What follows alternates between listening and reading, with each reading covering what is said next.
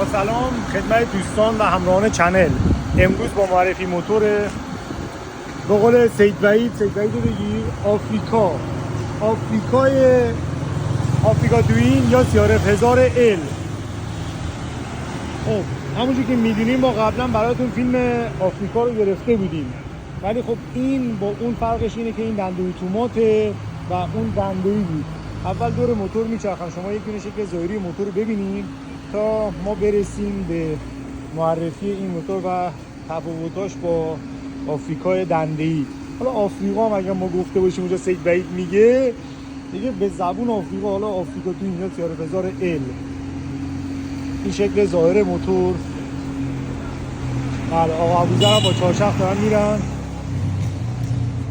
یکی از عمده اولین تفاوتش اینه که روی این موتور دنده رو نداره چون اتوماته، پس پدال دنده‌ای وجود نداره.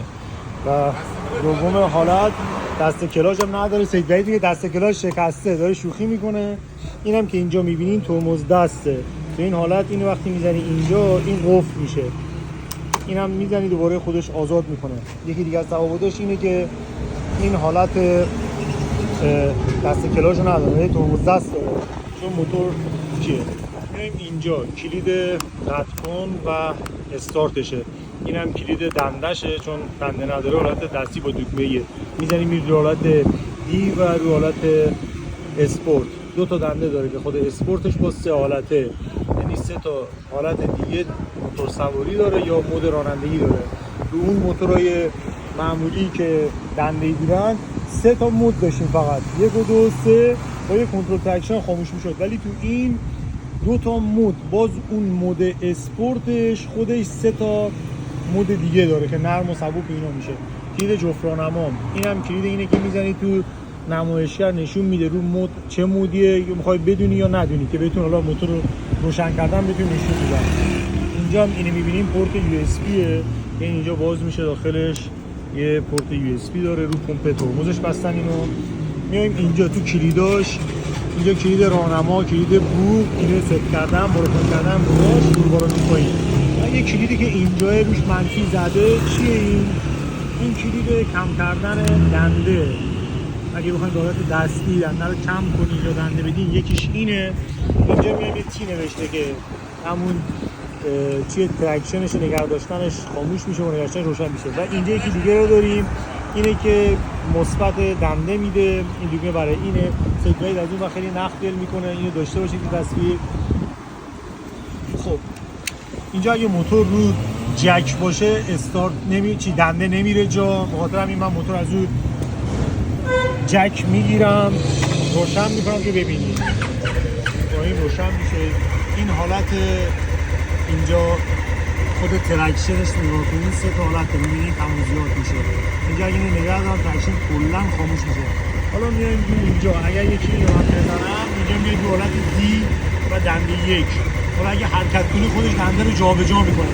اگر اینو دوباره بزنیم نگه داریم میاد تو حالت اسپورت. خود اسپورت باز اینو اگه نگه داریم میره رو حالت دومش، دوباره نگه داریم میره رو حالت سومش، باز میره رو حالت یکم. اینجا این کلیدی که بهتون گفتم اگر اینو بزنم اینجا میبینید اسم نوشته، اینو نشون نمیده. اینو بزنید این حرکت انجام میده. اینجا هم یه کلید ABS داریم، من موتور خاموش کنم که صدا خوب بیفته.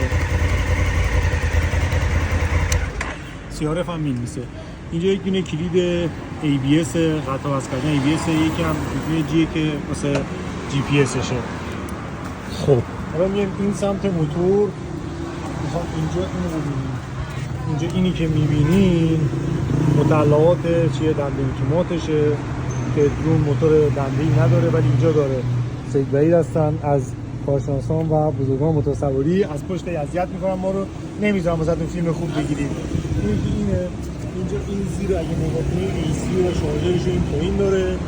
این خود پمپ واسه کمک مصرفشه. این میاد اینجا با این کلید شروع صفر میشه که میخوای نرم بشه یا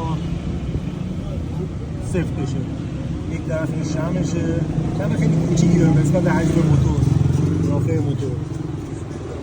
خب این شما و این موتور به قول سید وحید آفریکا، نگو آفریقا، آفریکا یا CRF بین دنده اتومات.